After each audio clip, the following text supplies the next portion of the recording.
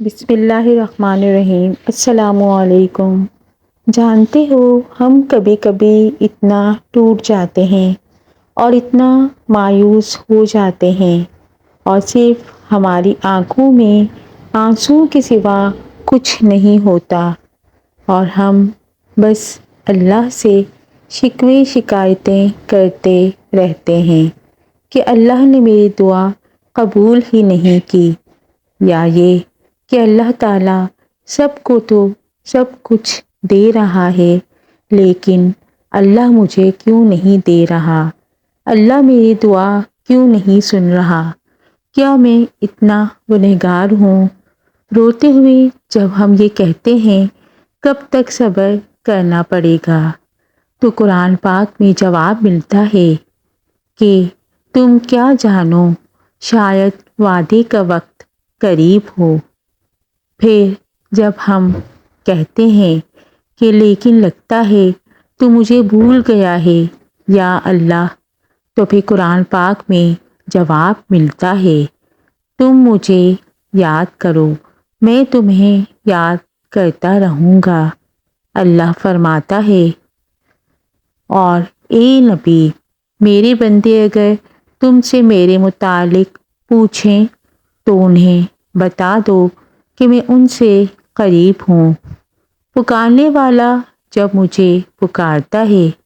تو میں اس کی پکار سنتا ہوں اور جواب بھی دیتا ہوں۔ تو ہم یہ کیوں سوچتے ہیں کہ اللہ تو میری پکار سن ہی نہیں رہا، جب اللہ پر توکل کیا ہے تو یہ مت سوچو کہ جو مانگا ہے وہ کب اور کیسے ملے گا،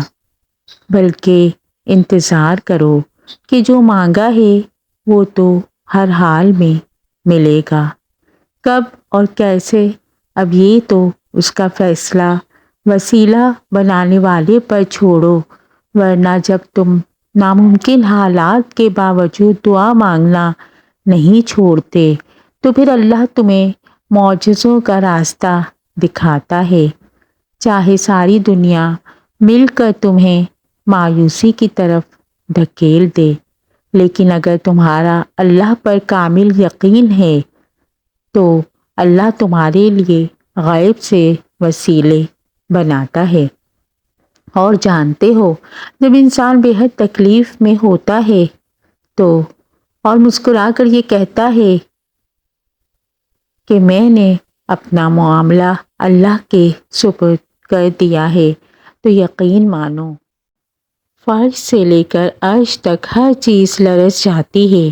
وہ آہ 7ویں آسمان تک پہنچ جاتی ہے۔ ٹوٹے ہوئے دل سے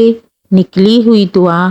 اور آہ کبھی رائگاں نہیں جاتی ہے،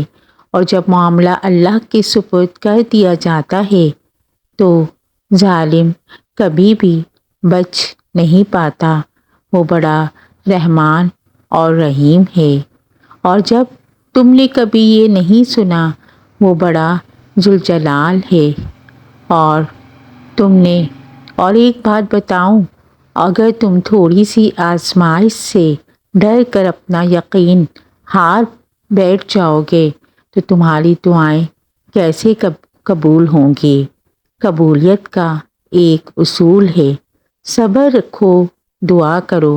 اور معجزوں کو پالو، بے شک اللہ دعاؤں کو قبول کرنے والا ہے۔